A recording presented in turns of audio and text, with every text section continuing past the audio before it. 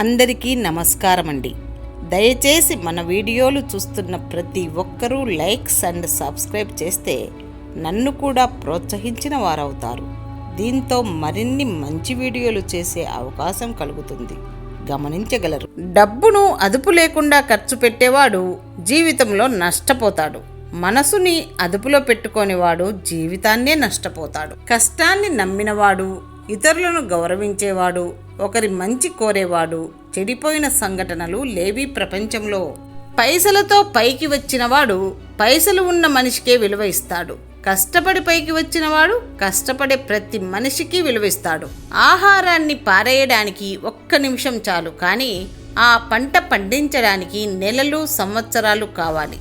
కాబట్టి ఆహారాన్ని పారేసే ముందు ఒక్కసారి ఆలోచించండి. మనిషిని పరిచయం చేసుకోవడంలో గొప్పతనం ఏమీ లేదు, మనస్సుని పరిచయం చేసుకోవడంలోనే నీ గొప్పతనం ఉంది. నలుగురు చెప్పగానే మారిపోయేది, నలుగురిలో నిరూపించుకోవాల్సినది కాదు. నమ్మకం అంటే అది మనసులో నుండి పుట్టి జీవితంలో సాగే నిత్య బాటసారి. కాలం మారింది అంటారు, కాలం ఏమీ మారలేదు.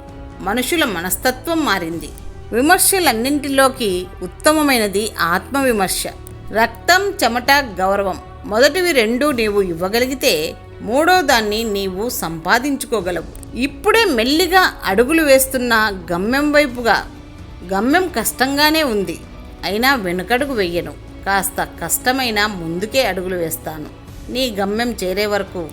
విరిగిపోయిన పాలతో చేసిన పదార్థాలకి, నలిగిపోయిన మనసుతో చేసిన ఆలోచనకి విలువ ఎక్కువ. ఇప్పుడు మీకు లేని వాటి గురించి ఆలోచించే సమయం లేదు. ఉన్నదానితో మీరు ఏమి చేయగలరో ఆలోచించండి. తిరిగి ఏది ఆశించకుండా చేసేది సాయం. నిజమైన సాయం పూల సుగంధం లాంటిది. పుచ్చుకునే చేతుల్లో మాత్రమే కాదు, ఇచ్చే చేతులకు కూడా సువాసన అంటిపెట్టుకుని ఉంటుంది. నా దృష్టిలో గొప్ప ప్రతీకారం ఏమిటంటే సక్సెస్. ఇదే నిన్ను అవమానించిన వారికి, అవహేళన చేసిన వారికి జీవితకాలపు కొట్టని చెప్పు దెబ్బ. కోపగించుకోవడం అంటే ఇతరుల పొరపాట్లను మనపై మనమే ప్రతీకారం తీర్చుకోవడం. ప్రతి మనిషికి తెలియకుండానే ఒక బలహీనత ఉంటుంది, అదే సానుభూతి కోసం ఎదురు చూడటం. తీపి తిన్నంత సులువుగా చేదు ఎవరూ తినరు. అలాగే అబద్ధాలు చెబుతూ మోసం చేసే వాళ్ళని నమ్మినంత సులభంగా నిజాలు చెప్పి నిజాయితీగా ఉండే వాళ్ళని ఎవ్వరూ నమ్మరు కదా.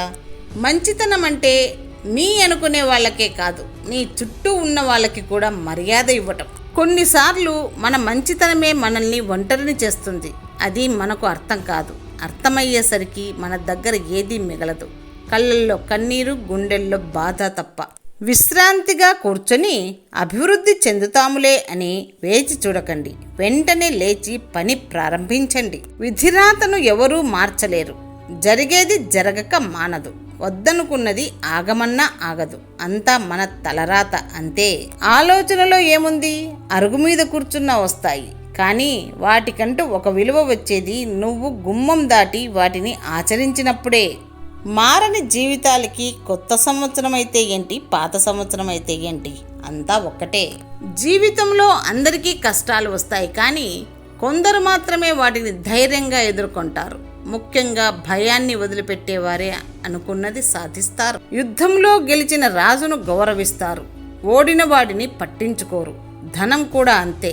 ఎవరి దగ్గర ఉంటే వారిని ఆకాశానికి ఎత్తేస్తారు. ఎవరి దగ్గర అయితే డబ్బు ఉండదో వారిని దూరం పెడతారు. డబ్బుంటేనే అన్నీ ఉన్నట్లు లెక్క.